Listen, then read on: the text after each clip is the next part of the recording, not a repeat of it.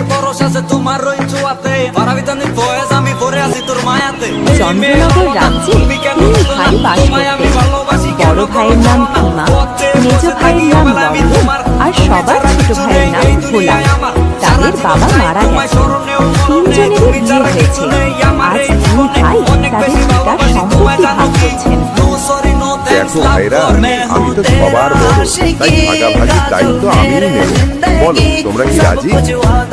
ভাইয়া, আমি তো মেজো, আপনি যা বলবেন আমি তা মেনে নেব। ভাইয়া, আপনারা দুজনেই আমার বড় ভাই, আমি তো সবার ছোট। আপনারা যা সিদ্ধান্ত নেবেন আমি তা মেনে নেব। বাবা চলে যাওয়ার পর আপনাদেরই আমি পিতার সমতুল্য মানি।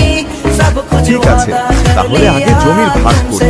দেখো ভাই, আমাদের দুটি জমি আর এক খণ্ড অনাবাদি জমি আছে।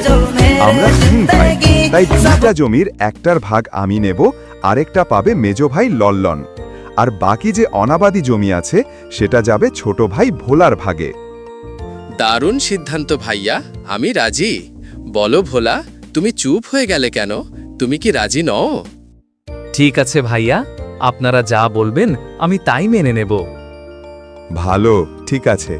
এবার ভাগ হবে বাবার লাগানো আম গাছটা। চলো আম গাছের সেখানে যাই। তিন ভাই আম গাছের কাছে গেল।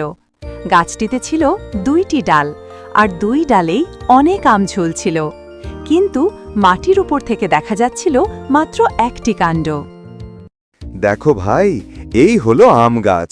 এবার এরও ভাগ করে নেওয়া যাক। দেখো, এতে দুটি ডাল, মাঝখানেটা শিকড়। এই দুটি ডালের একটার মালিক আমি আর একটার মালিক লল্লন, আর শিকড় শুদ্ধ গোড়াটা হবে ভোলার। খুব ভালো ভাইয়া, এই সিদ্ধান্তে আমি একমত। আপনারা তো বড়, আমি তো ছোট। আমি কি করে আপনাদের কথা অমান্য করব? আমিও আপনাদের সাথে একমত। এবার তিন ভাই বাড়ির সামনে এলেন। এখন বাড়ির ভাগ হবে। ঠিক আছে, এবার এই বাড়ির ভাগ করি। বাড়িতে 4টি ঘর আর একটি টিনের চালা আছে। এর মধ্যে দুটি ঘর হবে আমার আর বাকি দুটি লল্লনের, আর ছোট ছাউনির ঘরটি হবে ভোলার। ভীমার এই সিদ্ধান্তে ভোলা খুব কষ্ট পায়, তবুও বড় ভাইয়ের সিদ্ধান্ত মেনে সে কিছুই বলে না। এভাবেই বাড়ির ভাগও শেষ হয়ে যায়। আরে ভাইয়া, জমি, গাছ আর বাড়ির পর আরও একটি জরুরি জিনিস তো আপনি ভুলেই গেলেন। আরে লল্লন, আমি কি এমন জরুরি জিনিস ভুলে গেছি? আমাকে একটু মনে করিয়ে তো দাও। ভাইয়া, বাবা তো আমাদের